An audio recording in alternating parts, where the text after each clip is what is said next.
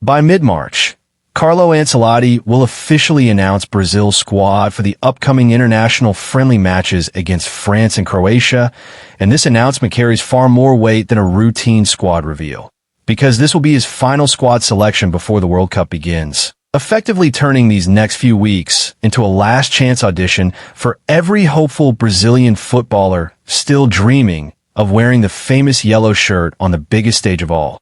This is no longer about potential, reputation, or future promise. This is about proof, about consistency, and about showing absolute readiness for the pressure and intensity of elite international football. For players on the fringe, the clock is ticking loudly, and there will be no extensions, no second chances, and no room for sentiment. Brazil, under Ancelotti, is still a team with unanswered questions, and while some positions are gradually taking shape, others remain wide open. The fullback roles continue to be a puzzle, with no completely convincing long-term solution emerging yet. While in midfield, alongside Case Moreau, there is still a clear need for another dependable, defensively solid presence who can balance the team in high-stakes matches. However, despite these unresolved issues, all the spotlight, all the cameras, and all the pressure have now shifted decisively toward the attacking line, because that is where Ancelotti's vision for Brazil appears most bold, most ambitious, and most controversial. And that is exactly where a new wave of Premier League forwards has entered the conversation, turning England's top division into an unexpected battleground for World Cup places. Matheus Cunha, João Pedro, Richarlison, and Igor Jesus are all names deeply familiar to Ancelotti, players who have either worked directly under him or remained firmly within his tactical thoughts, and each of them believes this is their moment to step forward. Adding an extra layer of intrigue is Brentford striker Igor Thiago, a player who has already scored an astonishing 16 Premier League goals before the season has even reached its halfway point, yet still carries the label of a late bolter, a surprise contender who could suddenly force his way into the squad at the final moment. Labels, however, mean very little when goals are flowing, and in modern football, form has a way of silencing every doubt.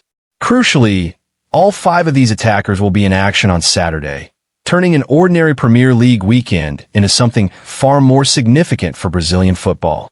At Stamford Bridge, the spotlight will fall on a direct confrontation between João Pedro and Igor Thiago, a matchup that perfectly symbolizes the stylistic dilemma facing Ancelotti.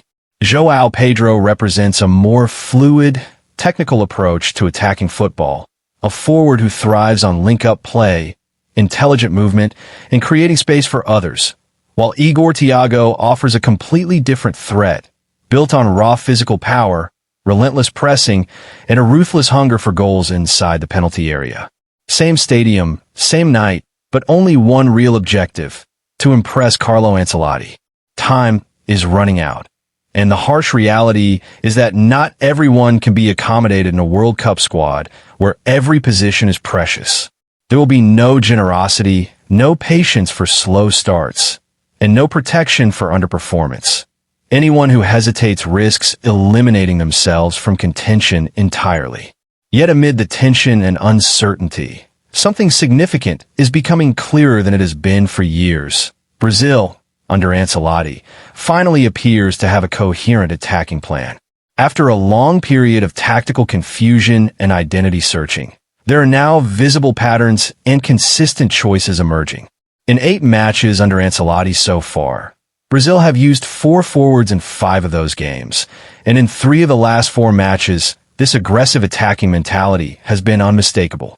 Some analysts have labeled the system as a 4-2-4 formation, a shape that immediately evokes memories of Brazil's most fearless eras, while others argue that with one of the forwards dropping slightly deeper, it is more accurately described as a 4-2-3-1. But formations on paper matter less than the message behind them, and that message could not be clearer. Brazil want to intimidate opponents again, not with caution, but with attacking firepower. Ancelotti is signaling that he wants goals, intensity, and constant forward momentum, even if it means taking calculated risks.